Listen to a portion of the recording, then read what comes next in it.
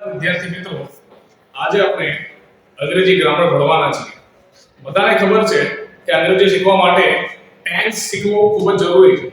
અને ટેન્સમાં પણ કુલ મળીને 12 પ્રકારના ટેન્સ આપણને જોવા મળે છે. મૂળ પ્રકાર તો 3 જ છે, પણ એમાં દરેકમાં 4 ટેન્સ આવે છે, એટલે કે 12 પ્રકાર જોવા મળે છે. પણ વિદ્યાર્થીઓને આ ટેન્સ ખૂબ જ ડિફિકલ્ટ લાગે છે, અઘરા લાગે છે, જે આપણે આજે ખૂબ જ સહેલાઈથી શીખવાનો પ્રયત્ન કરવાના છીએ.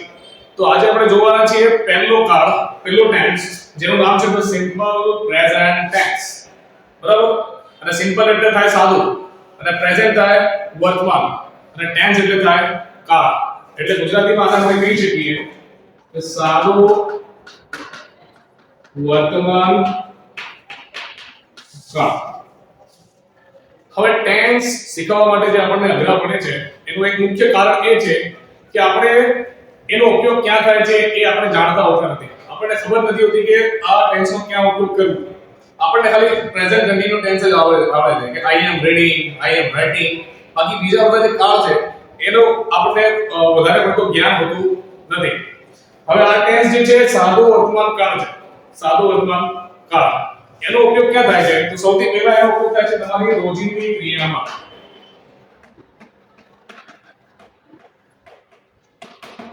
હવે રોજિંદી ક્રિયા કઈ છે? તો જે ક્રિયા આપણે દરરોજ કરતા હોઈએ છીએ, જેમ કે આપણે દરરોજ શાળાએ જઈએ છીએ, દરરોજ સવારે વહેલા ઉઠતા હોઈએ છીએ, દરરોજ હોમવર્ક કરીએ છીએ, તો જે ક્રિયા આપણી રોજબરોજની હોય એ સાદા વર્તમાન કાળમાં આવે છે. બરાબર? તો એક તો થઈ ગયું તમારો રોજિંદી ક્રિયા. બીજું આવે છે એમાં કહેવત. ઘણા પ્રકારની કહેવત તમે જોઈ હશે કે ગરજતા વાદળો વરસતા નથી. બરાબર? અને ભસતો કૂતરો કરડતો નથી. seldom dogs never bite. પછી સાંભળ્યું હશે કે an apple is a better than a doctor. કે દરરોજ તમે એક સફરજન ખાઓ અને તમારે ડોક્ટર પાસે જવાની જરૂર નથી.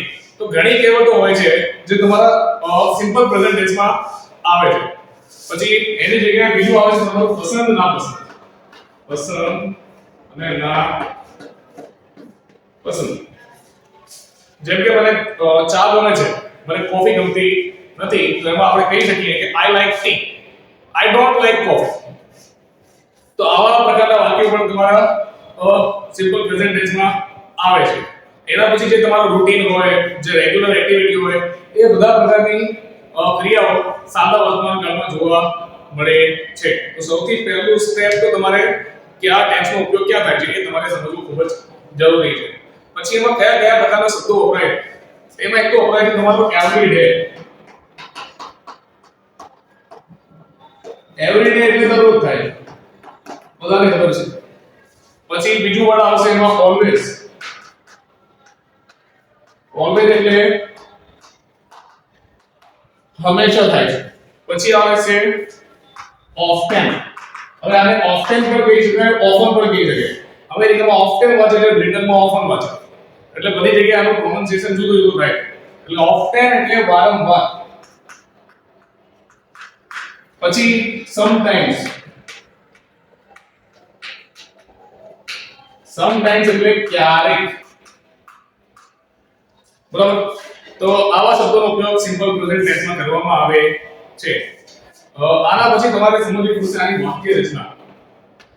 વાક્ય રચના.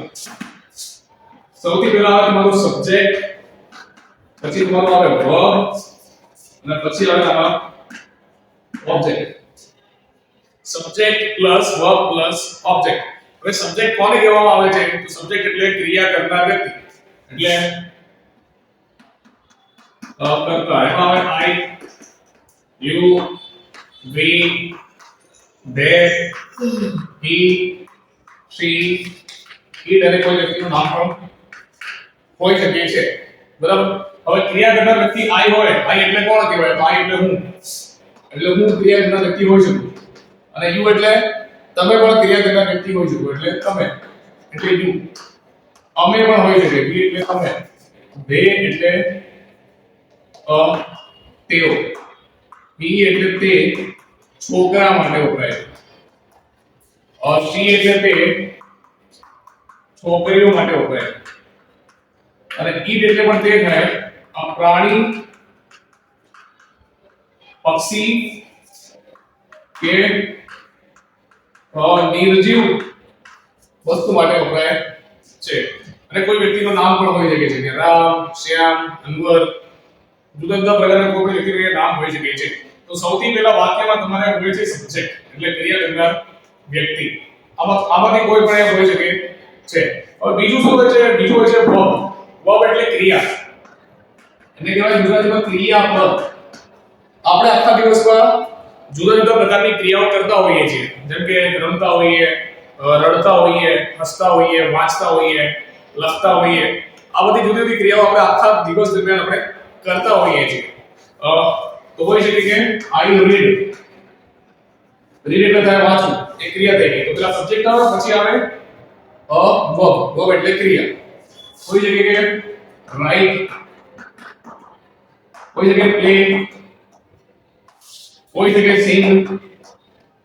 તો આવા પ્રકારની જુદી જુદી ક્રિયાઓ તમને જોવા મળી શકે છે. એટલે આ આવશે તમારા વર્બમાં.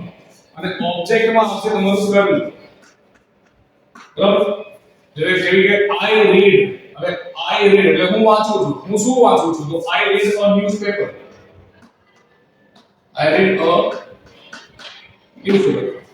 યુ રાઇટ તમે લખો છો. તમે શું લખો છો? તો યુ રાઇટ અ પેરેગ્રાફ. તમે પેરેગ્રાફ લખો. બરાબર? વી પ્લે અમે રમીએ છીએ. અમે શું રમીએ છીએ? તો વી પ્લે ક્રિકેટ. તો આવી રીતે સિમ્પલ પ્રેઝન્ટ ટેન્સમાં તમે વાક્યો બનાવી શકો છો. સૌથી પહેલા તમારે સબ્જેક્ટ જોવાનો, પછી તમારે વર્બ આવશે અને પછી આવશે તમારું ક્રિયાપદ. સબ્જેક્ટમાં આઈ, યુ, વી, ધે, હી, શી માંથી કોઈ પણ આવી શકે છે. અને ક્રિયા આખા દિવસ દરમિયાન તમે જે ક્રિયાઓ કરતા હો એ ડાયરેક્ટ કોઈ પણ ક્રિયા આવશે. વચ્ચે એમ ઇઝ આર મોસ્ટ કઈ લાગશે નહીં. આઈ પછી ડાયરેક્ટ અહીં આવશે વર્બ. I read. યુ પછી ડાયરેક્ટ આવશે રાઈટ. You write. વી પછી આવશે ડાયરેક્ટ પ્લે. We play. એટલે વચ્ચે બીજો કોઈ શબ્દ એમાં લાગતો નથી. સબ્જેક્ટ પછી ડાયરેક્ટ આવશે ક્રિયાપદ. અને ત્રીજા નંબરે આવશે કર્મ. કર્મ એટલે ન્યૂઝપેપર હોય છે કે પેરેગ્રાફ હોય છે કે કંઈ પણ એક્સ્ટ્રાનું કર્મ તમારે જોવા મળી શકે છે.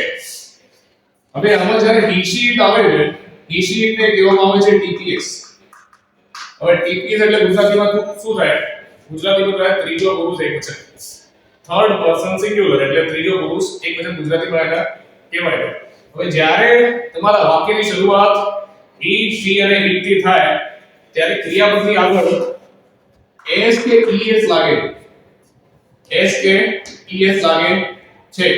જેમ કે read હોય તો એ થઈ જાય તમારો reads. write હોય તો એ થઈ જાય તમારો writes. બરાબર? અને es ક્યાં લાગે? તો કોઈ પણ અક્ષરની છેલ્લે જ્યારે તમને ch, sh, x, ખાલી s કે o જોવા મળે ત્યારે એની આગળ તમને es લાગે છે. જેમ કે watch હોય એ થઈ જાય watches. pass હોય એ થઈ જાય pass.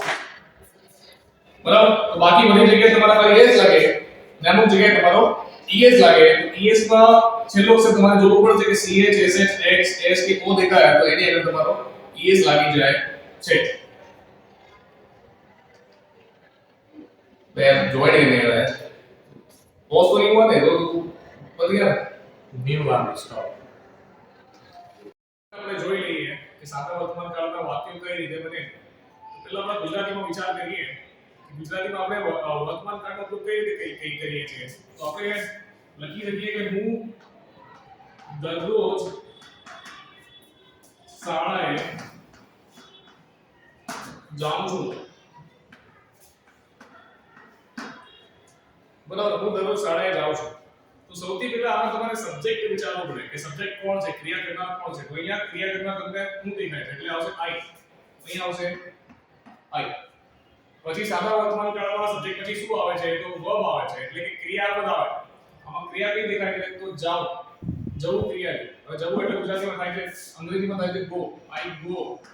ક્યાં જવાનું છે? તો શાળાએ. I go to school. દરરોજ જાઉં છું એટલે થઈ જાય every day. બરાબર? પણ આ વાક્યની શરૂઆત જ્યારે હુંની જગ્યાએ તે થી થાય કે તે દરરોજ શાળાએ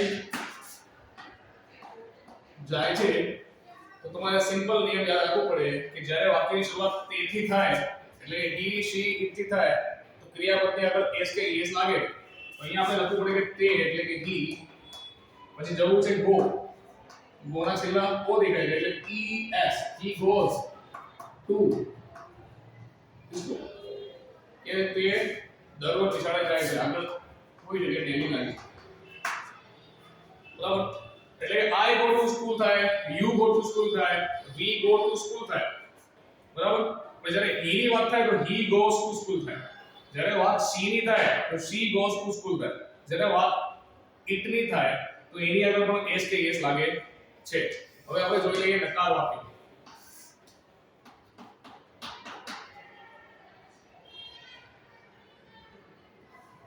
નકાર વાક્ય જોઈ લઈએ કે નકાર વાક્યો કઈ રીતે બને છે તો નકાર વાક્ય બનાવવા માટે તમારે do કે does નો ઉપયોગ કરવો પડે છે હવે do ક્યાં લાગે તો I you we they આમાં do લાગે અને does ક્યાં લાગે તો he she અને it માં લાગે does તો જેમ કે પહેલા કીધું છે કે I go to school I go to school આનો નકાર વાક્ય કરવો હોય મારે તો I do માં આવે છે એટલે શું આવશે એમાં do લાગશે તો અહીંયા લાગશે I do not go to school તેવી જ રીતે જ્યારે વાક્ય he she થી થાય તો માં આવે છે કે he goes to school આનું જ્યારે નકાર વાક્ય આપણે કરવું હોય તો અહીંયા લાગે does એટલે does નો તો અહીંયા આવે he does not અને goes માં જે es કે s લાગે છે એ તમારું નીકળી જાય જ્યારે તમારો does આવે તો ક્રિયાપદની આગળ s કે s ના આવે એટલે અહીંયા આવી જાય કે he does not go to આવી રીતે તમે બીજા જુદા જુદા પ્રકારના વાક્યો બનાવીને તમે પ્રેક્ટિસ કરી શકો છો અને એમાં આગળ તમે વધારે શીખી શકો છો ધન્યવાદ.